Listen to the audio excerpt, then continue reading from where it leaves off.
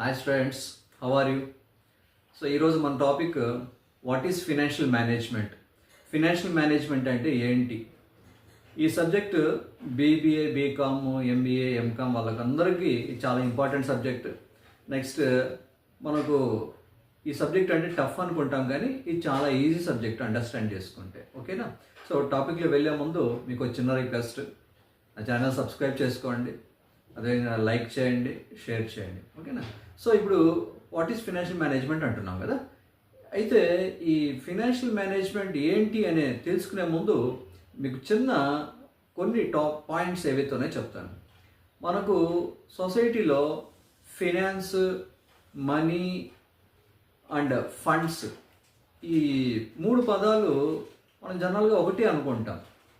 But ఈ మూడిట్లోనూ slight difference అనేది ఖచ్చితంగా ఉంటుంది.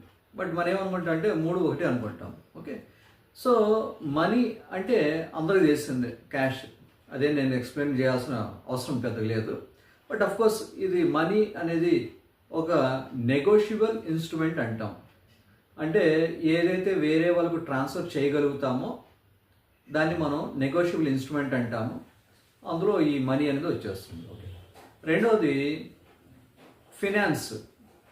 ఫినాన్స్ అనే పదం దాదాపు ఒక 20-25 ఇయర్స్గా మన సొసైటీలో రెగ్యులర్గా వాడుతున్న పదమే ఫినాన్స్ అనేది.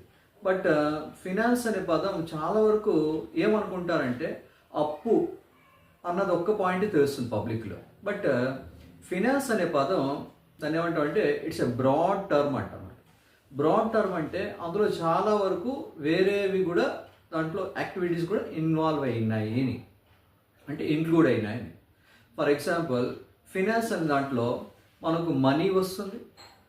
రెండవది క్రెడిట్, ఏదైతే మనం అప్పు చేస్తామో అది కూడా వస్తుంది. అదేవిధంగా ఇన్వెస్ట్మెంట్, మనం ఏదైతే చేస్తామో, ఇన్వెస్ట్మెంట్ అంటే మనం వేరే దాంట్లో ఇన్వెస్ట్మెంట్ పెట్టడం, అంటే బ్యాంక్లో పెట్టిన ఇన్వెస్ట్మెంట్ అంటాం, ఆర్ ల్యాండ్ పర్చేస్ చేసిన ఇన్వెస్ట్మెంట్ అంటాం, గోల్డ్ పర్చేస్ చేసిన ఇన్వెస్ట్మెంట్ అంటాం. ఇవన్నీ కూడా ఇన్వెస్ట్మెంట్ కిందకు వస్తాయి. మరి దీంట్లో మనీ, దాంతోపాటు ఇన్వెస్ట్మెంట్, దాంతోపాటు క్రెడిట్ అండ్ ఈవెన్ మనం షేర్స్ కానీ డిబెంచర్స్ కానీ, అంటే సెక్యూరిటీస్ ఏవైతే ఉన్నాయో దాని యొక్క రిలేటెడ్ టాపిక్ని కూడా మనం ఫినాన్షియల్ మ్యాటర్స్ కింద తీసుకుంటాం, అంటే ఫినాన్స్ పదం కిందకి వచ్చేస్తుంది. ఓకే, మూడవది ఫండ్స్ అంటున్నాం, తెలుగులో మనం నిధి అంటాం.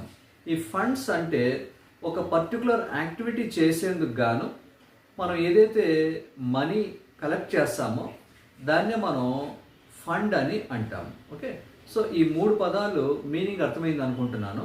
ఇంకా ఫర్దర్గా ఫినాన్షియల్ మేనేజ్మెంట్ అంటే ఏంటి అని చూద్దాం.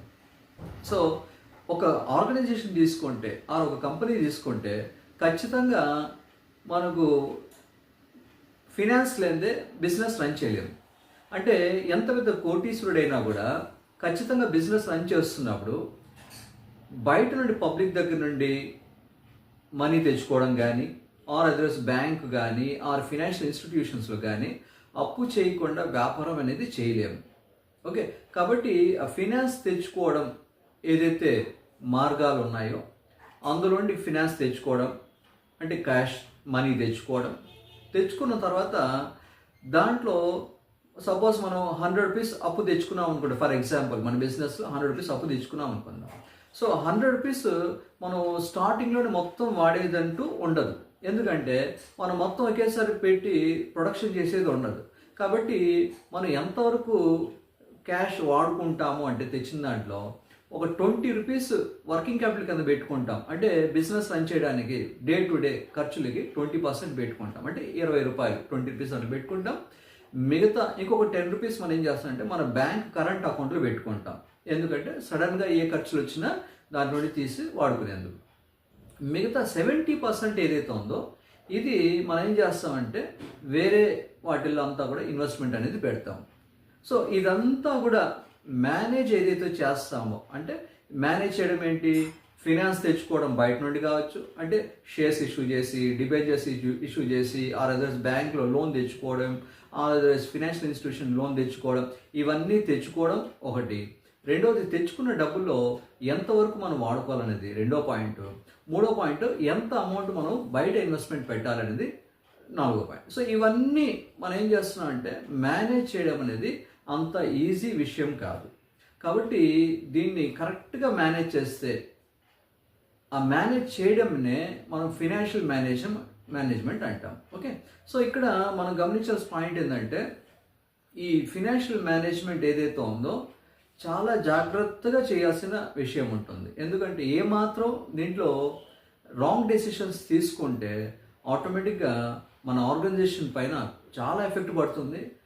సమ్టైమ్స్ మన ఆర్గనైజేషన్ క్లోజ్ చేయాల్సిన పరిస్థితి వచ్చేస్తుంది. కాబట్టి ఈ ఫినాన్స్ని మేనేజ్ చేయడం, కరెక్ట్గా మేనేజ్ చేయడంనే మనం ఫినాన్షియల్ మేనేజ్మెంట్ అని అంటాం. ఓకేనా?